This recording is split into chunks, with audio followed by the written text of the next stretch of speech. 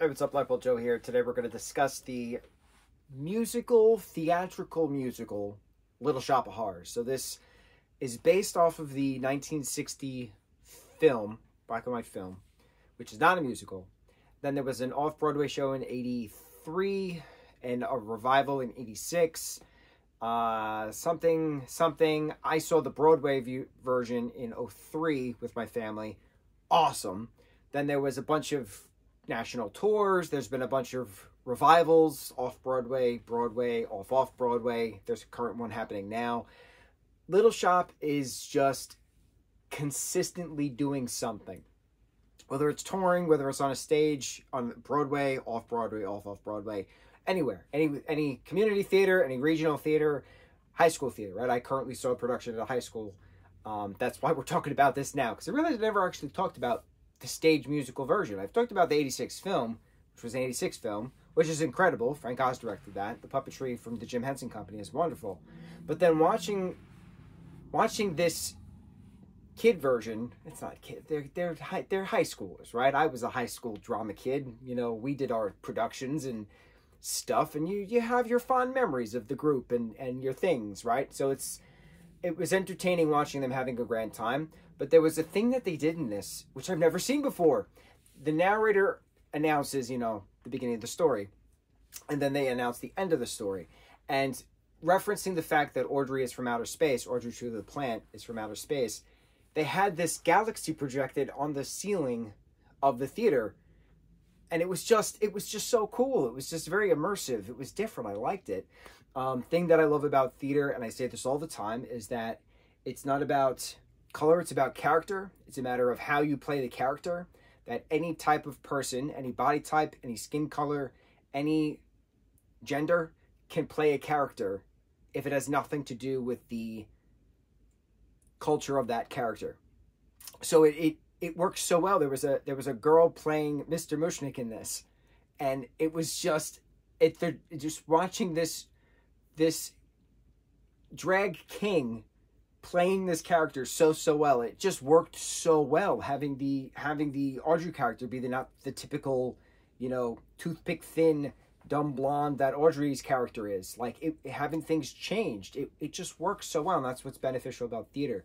What's great about this story in general, it's the general story. Seymour is an orphan. He's taken in by Mr. Mushnick, finds this weird and interesting plant, who he then names Audrey 2 after his coworker Audrey, who he's madly in love with, who's dating this awful guy, the dentist. And the kid who played the dentist did a great job in this production. All the kids did a great job. The kid who played Seymour did a great job. Girl who played Audrey has a phenomenal singing voice. Very impressed. So there's just stuff, and the plant needs to eat blood, and then there's the songs and the dancing and the murder, and then everybody dies at the end. And it's a whole Don't Feed the Plant song. And what I love about this musical version is that there's the added songs to it, which I'm very familiar with because I've blasted the hell out of the soundtrack from the 03 musical. And so it's different than the 86 movie musical. So that's what I like about when you see a version of it, or when it's reintroduced, because there's different stuff to it. I'm nervous about watching the Mean Girls musical movie, which is based off the Broadway show, which is based off the movie, which is based off the book, because they cut a lot of stuff in the movie musical than they did in the show. And it's weird because normally they add songs. When you take a film, you add songs to that film's music to make a musical, not cut the song. So I'm very apprehensive about watching Mean Girls specifically because of that. But a good example is Hairspray. We've talked about how awesome Hairspray is many times. The 89, 88 movie then had the 2002 Broadway musical version, which had a bunch of songs added to it, obviously. And then in 07, they did the movie musical, which was incredible, and they added songs to it. So it's just you add some songs along the way, not cut the songs. I'm still very concerned about Mean Girls. But in regards to taking the 86 movie musical, adding songs to it as well, but then also there's different versions of the film. That's the thing. And there's different versions of the ending. Sometimes you can see a show where Audrey eats everybody. Sometimes Audrey can, you know, just be attacking everything, right? It depends on what kind of version that they're actually doing, because there's different endings, which is also neat. So I like that there's things that are added, things that are changed along the way, and I'm circling back because in this production, they had the different kids, you know, who was available at this high school playing these characters, and they did a phenomenal job. And it was about the character. The characters were all represented perfectly. But that galaxy on the ceiling, it blew my mind because I didn't expect it. I've seen this show a billion times. A billion times. I've seen the movie a billion times. I've listened to that soundtrack a billion times. I made a giant Audrey prop specifically for Halloween, which lives in the basement 365 days out of the 364 days out of the year, excuse me. And on this 365th day, it goes outside for Halloween, comes back in that night. It's obsessed. I'm obsessed. My whole family's been obsessed with it. My mom's been obsessed with it since she was in her 20s when she first saw it on off Broadway.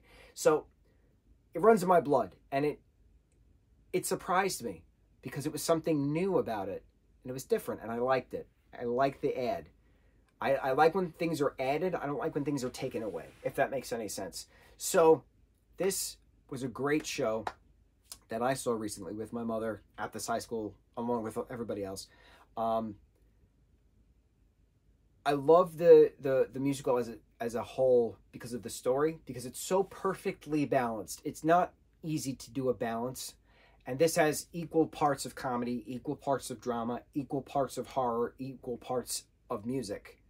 It's all balanced, and it's rare, and it's entertaining, and it gives you lessons along the way. And it's just a whole Wish for Somewhere That's Green and Suddenly Seymour and all the works, right? Especially one of my also favorite moments of this particular project has nothing to do with the project itself. It has to do with an episode where Milo Manheim and Meg Donnelly play characters in the ABC show American Housewife, and she breaks the script for Suddenly Seymour, knowing that Milo's character, excuse me, is doing some stuff, right?